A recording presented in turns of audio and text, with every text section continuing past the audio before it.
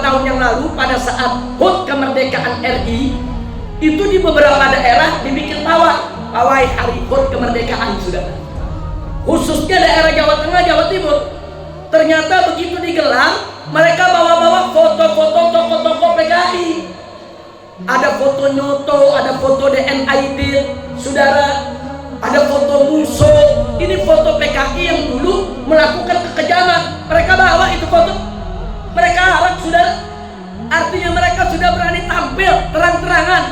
Saya dukung Aidit, saya dukung Nyoto, saya ini dukung Muso. Mau apa umat Islam? Nggak sampai di situ. Yang kedelapan, saudara, mulai mereka berani memunculkan lagi lambang-lambang Palu Arit, saudara. Di beberapa mereka bikin acara, mereka bikin simposium, atau mereka bikin lokakarya, itu lambang-lambang Palu Arit mereka taruh di depan mereka, saudara. Dan mereka sebarluaskan di Singkawang, Kalimantan Barat, saudara. Itu anggota DPR bagi-bagi kalender dengan lambang Palu Arit. Dibagi-bagi ribuan kalender supaya dipasang di rumah setiap warga.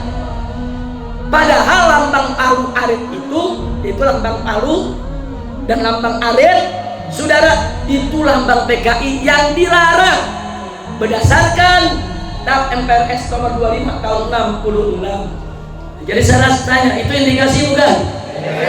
Indikasi bukan? Indikasi bukan? Sudah 8, saudara. Yang keberapa sekarang?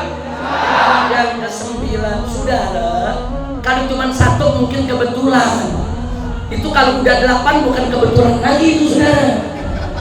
Itu berarti sudah ada gerakan sistematis yang terkoordinir. Kalau kebetulan tuh 1, 2 kebetulan, saudara. Tapi kalau sudah berkali-kali, saudara, ini bukan kebetulan lagi.